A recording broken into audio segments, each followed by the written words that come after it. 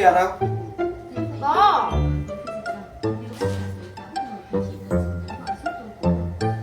Giờ đọc đoạn văn này nhá, đọc mà không liệu nhá, cho 100.000. Đọc đi đã, thấy không? Chơi. Không được cáu nha,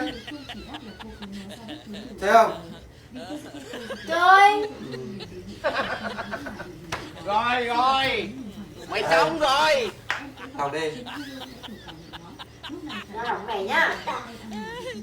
Có một con sâu nằm trong cành lá, có một con cá nằm trong mái chèo, có một con mèo trèo cây hóng gió, có một con chó đang đập cái này.